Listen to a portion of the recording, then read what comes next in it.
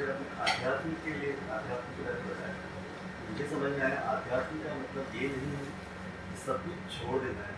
आध्यात्म का मतलब ये है कि हमको लक्ष्य निर्धारित करके अपनी श्रेष्ठ प्रयास देना है। डिटैचमेंट का मतलब ये नहीं कि डिटैचमेंट का मतलब सब कुछ छोड़ देना नहीं, ये मतलब है कि हमको उलझना नहीं। लक्ष्य वो निर्धारित करो जो तुम्हारे काम आता हो। ये बात बिल्कुल ठीक है कि लक्ष्य निर्धारित करके अपना श्रेष्ठतम प्रयास देना है, पर लक्ष्य के निर्धारण में विवेक पूरा होना चाहिए, समझ पूरी होनी चाहिए।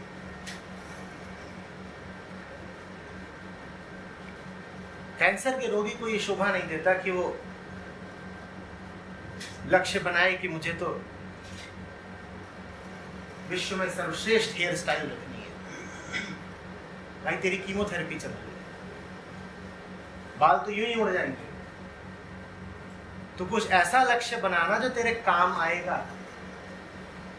तो निस्संदेह लक्ष्य बनाए, लक्ष्य को हासिल भी करें, पर पहले देख लें कि कौन सा लक्ष्य उचित है आपके लिए।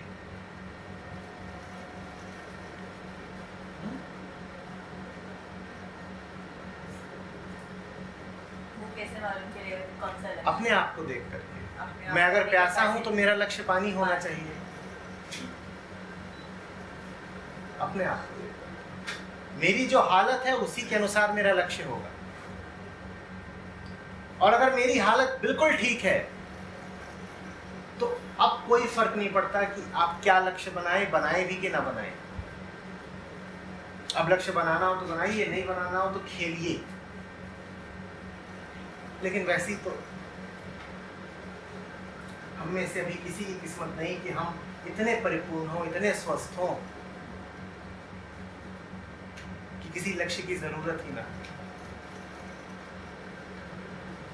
हमने सबने दोष पकड़ रखे हैं, विकार पाल रखे हैं।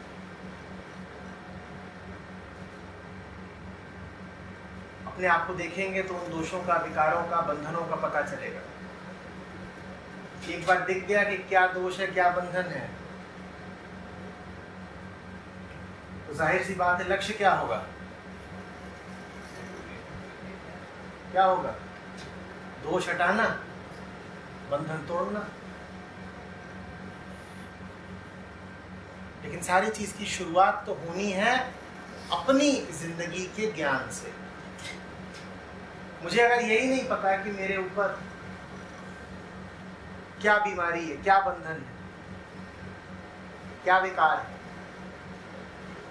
तो मैं हटाऊंगा क्या?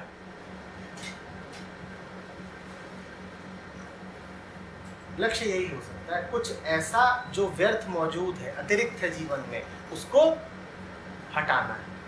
हाँ, मैल हटानी है तो मैल को हटाने के लिए साबुन पाना भी पड़ेगा, पर उसको आप पाने की यात्रा मत समझ लीजिएगा। जीवन में वास्तव में पाने के लिए कुछ नहीं है, अंततः कुछ हटाना ही है। लेकिन हटाने के लिए कई बार बीच में, दरमियान कुछ पाना पड़ता है। साबुन इसलिए थोड़ी पाना है कि साबुन पाने से मोक्ष हो जाता है। साबुन में कोई बड़ी बात। लेकिन अगर यह दिख गया है कि मलिन है सब, तो तुम्हें प्राप्ति के लिए निकलना पड़ेगा। प्राप्ति अपने आप में कोई महत्व नहीं रखती। प्राप्ति का महत्व भी इतना ही है कि जो प्राप्त करो वो तुम्हें बंधनों से आजाद करे। जो कुछ नया आए तुम्हारे जीवन में, वो पुरानी किसी व्यर्थ चीज को हटा दे।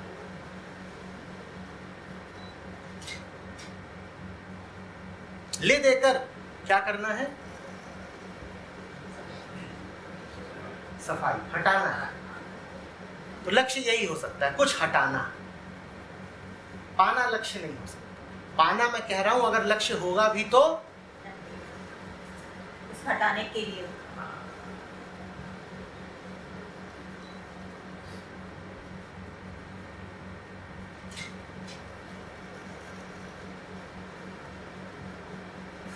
आप कभी इस बात से बेचैन हुए हो क्या कि कोई विचार क्यों नहीं आ रहा? आप कभी इस बात से विचार परेशान हुए हो कि मन में कुछ भी क्यों नहीं चल रहा? अभी है ना, अभी कुछ नहीं चल रहा। ये चल रहा है, नहीं, ये जो अच्छा। सोच रहे थे भी चल ही रहे। ये चल रहा है कि मन में कुछ क्यों नहीं चल रहा। पर जब मन में कुछ नहीं चल रहा तब कोई परेशानी है? इसका मतलब कोई कमी नहीं है जो आपको परेशान करती है। आप परेशान होते हो जब मन में कुछ चल रहा है, यानी कि अधिकता परेशान करती है, न्यूनता नहीं। जब भी आप परेशान हो तो उसका कारण है किसी चीज की अधिकता, कमी नहीं। तो अध्यात्म में इसीलिए प्राप्ति लक्ष्य हो ही नहीं सकता, क्योंकि कमी परेशानी है ही नहीं। कमी परेशानी होती तो लक्ष्य होता प्राप्ति। पर परेशानी तो सदा अधिकता की है, और अगर अधिकता परेशानी है तो लक्ष्य सदा होगा सफाई, हटाना। इसी को मुक्ति कहते हैं।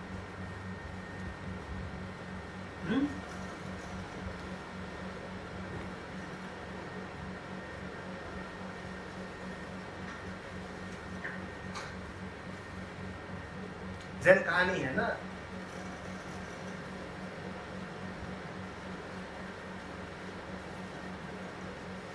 शिष्य ने पूछा गुरु से,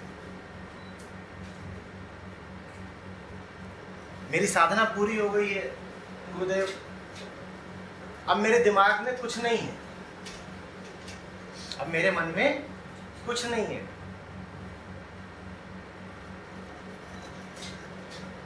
तो मैं क्या करूं? गुरु ने कहा, ये जो कुछ नहीं है इसको फेंको।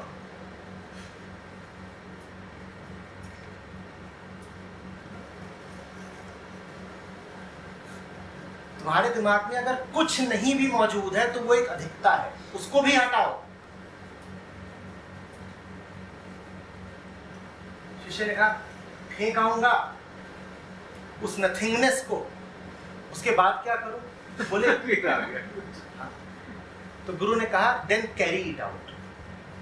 उसके बाद फिर काम करो, उसके बाद फिर जो शेष बचा है उसके अनुसार जियो। पर अभी भी तुम्हारे पास कुछ अधिक है, किसी चीज की अति है, पहले तुम्हें उसको हटाना पड़ेगा। तो ये तो छोड़ दो कि तुम्हारे पास कुछ हो तो उसको हटाना है। तुम्हारे पास जब कुछ ना हो तो उस कुछ ना होने को भी हटाना है। हटाओ हटाओ, यही अध्यात्म।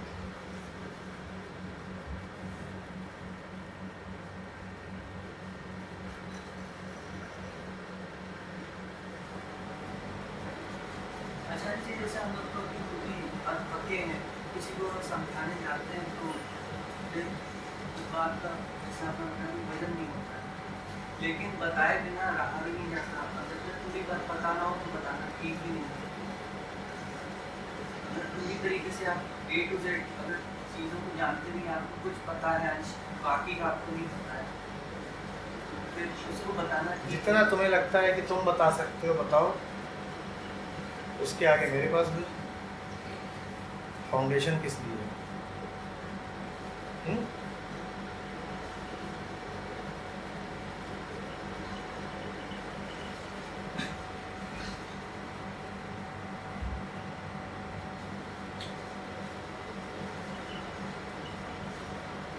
और यही, चूंकि ये बात तुमने छेड़ दी है, यही वॉलंटियरिंग का सर्वश्रेष्ठ तरीका भी है।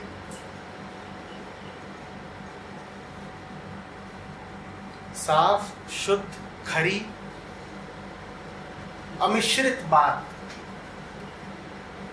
सब तक पहुंचाने का अभियान चल रहा है।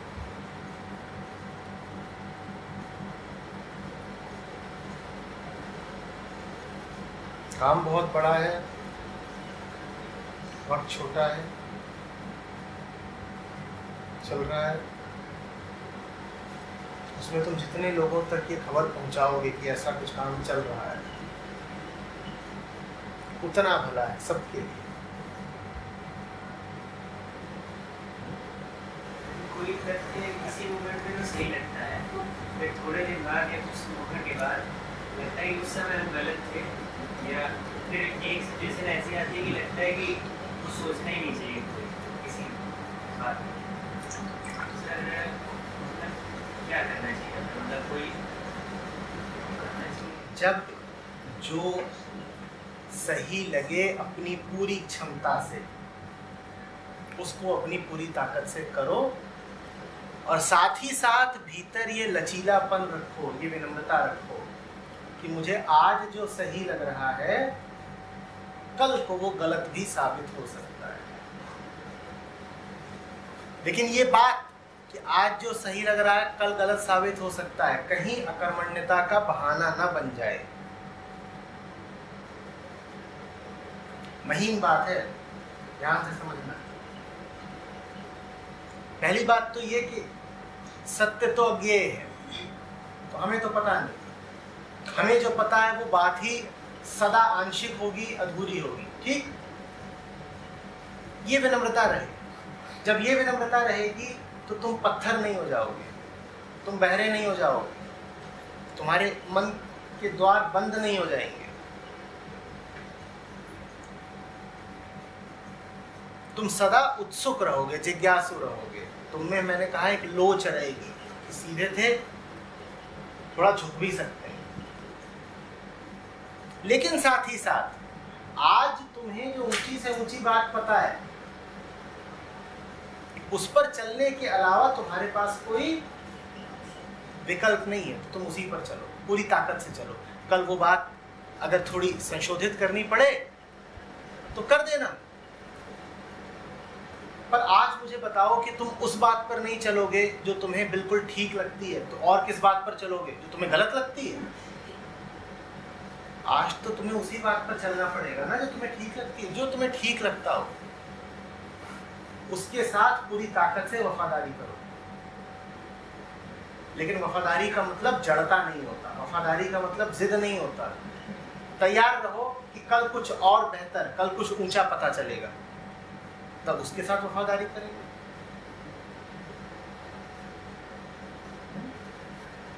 ये भी खूब बहाना चलता है नहीं तो, कि अभी हमें पूरी बात नहीं पता चली है इसलिए इंतजार कर रहे हैं, जब पूरी बात पता चलेगी तब अमल करेंगे। पूरी बात कब पता चलेगी?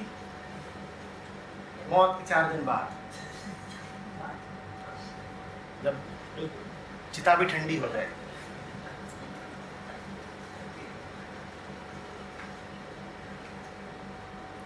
अब पूरी बात पता चली, सब राख।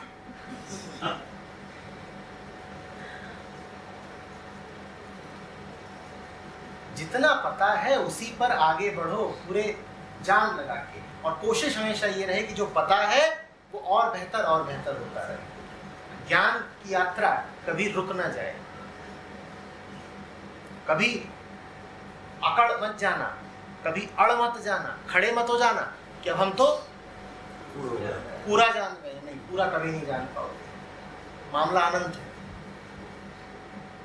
और आगे बढ़ते हैं।